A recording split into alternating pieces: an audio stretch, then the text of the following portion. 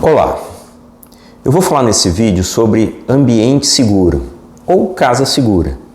E ele é voltado para todos os pacientes que têm um quadro de perda cognitiva ou um quadro demencial, seus cuidadores, que desejam conhecer estratégias para tentar manter o ambiente o mais seguro possível, para que o paciente tenha ainda a sua independência, a sua possibilidade de morar sozinho quando for o caso, ou mesmo quando o paciente more com algum cuidador, para que ele possa ter um nível de segurança maior para evitar acidentes e muitas vezes para facilitar também o manejo, para melhorar a qualidade de vida e o conforto dos pacientes. Eu vou dividir esse nosso vídeo em 3 partes. São tecnologias ou meios, instrumentos que a gente tem para melhorar a parte de locomoção e transferência. Vou falar na segunda parte sobre equipamentos eletrônicos e por fim eu vou falar rapidamente sobre algumas medidas, dicas e devices, instrumentos que podem ser utilizados para pacientes com doença avançada. Quando a gente começa a falar então sobre medidas que a gente possa fazer para facilitar a locomoção, a transferência, o grande medo que a gente tem aqui é queda. Eu costumo brincar com os pacientes que a coisa que eu tenho mais medo na vida é de queda. Então, existem várias formas de poder adaptar uma casa para que ela se torne mais segura. Por exemplo, a gente pode colocar fitas antiderrapantes em algumas regiões da casa. Eu vou colocar alguns exemplos na descrição do vídeo e algumas fotos também, mas essas fitas antiderrapantes, elas são importantes principalmente naquelas áreas em que tem um piso mais liso, que eventualmente, estando molhado, possa propiciar uma queda. Sempre lembrando também que na casa em que o idoso mora, é importante a gente minimizar riscos, então a gente deve tirar tapetes quando for possível, porque o tapete é um local onde o paciente enrola o pé, e degraus, o que for possível de aplanar degrau, com um degrauzinho também, seja para subida, seja para descida, é um fator de aumento de risco de queda. Outros elementos, barra de apoio. Então, nos locais onde o paciente transita mais, num corredor, na sala, no quarto, no banheiro, fixar na parede barras de apoio pode ser uma medida que ajude a prevenir quedas.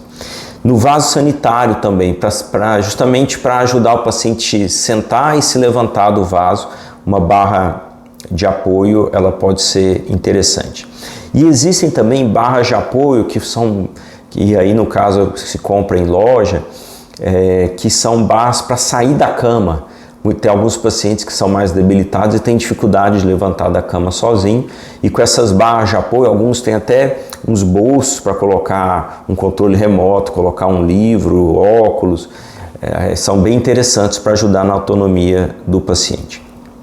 Além da questão do andar, são 2 outros elementos que muitas vezes a gente esquece, mas que podem ser muito úteis, principalmente com uma forma um pouco mais avançada, é o papagaio. Então, aquele paciente que urina muito à noite, e você ter um papagaio ali para que ele não precise ficar levantando da cama à noite, está mais escuro, quer dizer, um risco maior de ter quedas. E também uma cadeira de banho.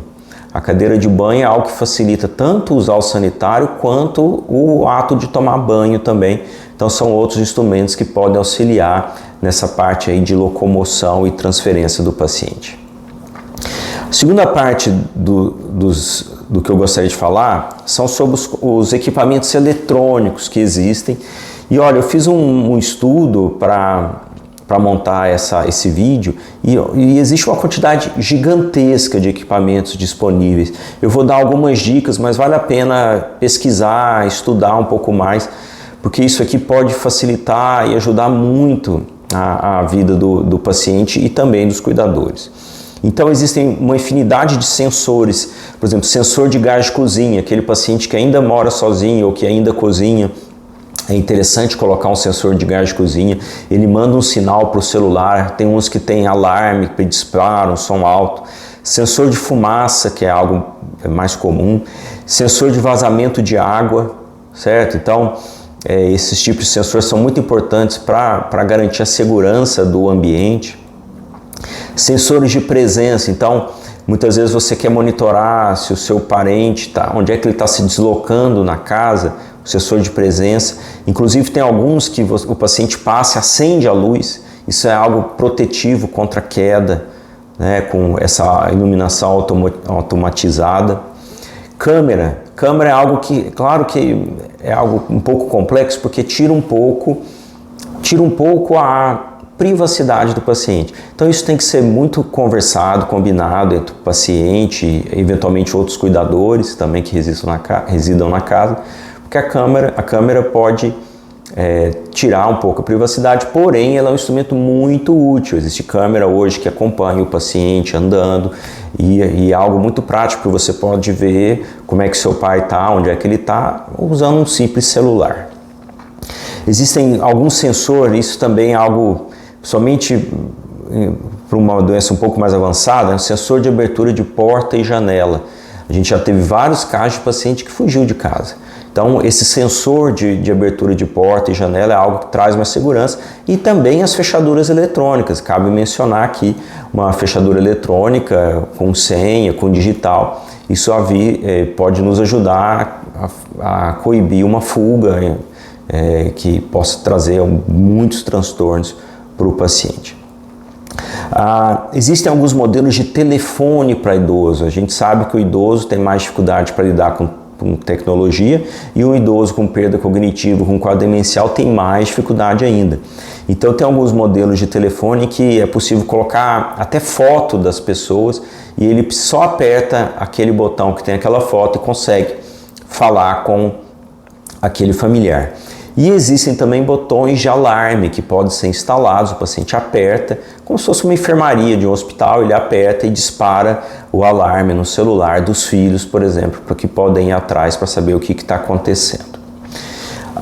Existem alguns dispensadores de remédios automáticos. O dispensador de remédio é algo que eu sempre recomendo. Um dos maiores riscos que o paciente com demência tem é de ou não tomar o remédio ou tomar o remédio duplicado.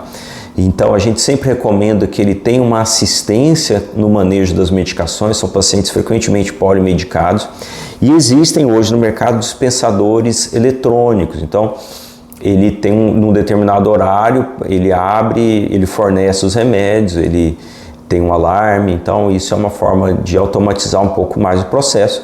Obviamente nada se equipara a ter alguém do lado do idoso para dar o remédio para ele ou para acompanhar o processo dele tomar o remédio, mas eu sei que existem casos em que não é possível isso, em que o paciente mora sozinho, então isso pode vir a ajudar. Assistentes de voz é um outro grupo de aparelhos que estão assim, evoluindo muito. Aí existem vários, né? O Google Nest, existe a Alexa, talvez seja o mais conhecido, e esses assistentes de voz eles podem automatizar uma série de tarefas, desde o mais simples, um alarme, ou por exemplo, um horário de tomar uma medicação, ou o paciente pode pedir para tocar uma música que ele gosta, ou ligar a televisão. Às vezes os pacientes têm dificuldade de lidar com o controle remoto, então ele pode pedir para ligar, para desligar. Isso pode ser agendado, ligar um ar-condicionado, desligar um ar-condicionado. Então esses assistentes podem ser muito úteis. Para o paciente que ainda anda sozinho, fora de casa, é muito importante a gente ter um sistema de rastreamento para evitar que o paciente se perca na cidade. E existem então alguns sistemas de rastreadores pessoais, GPS pessoais. Eu vou citar aí o Samsung Tag e o AirTag da Apple. Existem muitos outros que podem ser utilizados, e tem alguns que são do tamanho de um chaveiro e você pode colocar na chave do paciente, e isso é uma forma do paciente ser localizado se ele se perder. Se o paciente sai com o celular na rua, é mais fácil. Existem vários dispositivos da Apple, da Samsung, do Google. Existe um que é interessante, chama Life 360, que você pode ver o paciente onde é que ele está em todos os momentos. obviamente depende do paciente sair com o celular. Uma alternativa a isso é usar relógios inteligentes. Os relógios inteligentes mais modernos, eles são muito interessantes porque além dele dar para a gente essa localização do GPS, ele facilita com que o paciente consiga se comunicar. Nem sempre o paciente vai conseguir fazer isso, mas ele tem algumas coisas que podem ser úteis e realmente às vezes até salvar vidas, como por exemplo detector de arritmia cardíaca e detector de queda. Nos relógios mais modernos podem fazer isso. Muito bem, e por fim eu queria deixar algumas dicas para manejo, para facilitar o conforto e a vida dos pacientes que têm uma doença mais avançada. Então, o paciente com doença mais avançada, muitas vezes ele fica restrito à cadeira ou até acamado. E é muito importante que a gente previna escaras nesses pacientes. Então, o que pode ser utilizado é o colchão do tipo casca de ovo, que é um colchão que previne escara, mas existe um melhor ainda, que é o chamado colchão pneumático. O colchão pneumático ele é ligado no motor e o ar vai circulando e ele vai fazendo uma mudança de decúbito de forma automática, e isso ajuda a prevenir escaras. Muitas vezes, para fazer a transferência desse paciente, é algo difícil tirar de uma cama, virar para dar banho, para pôr na cadeira.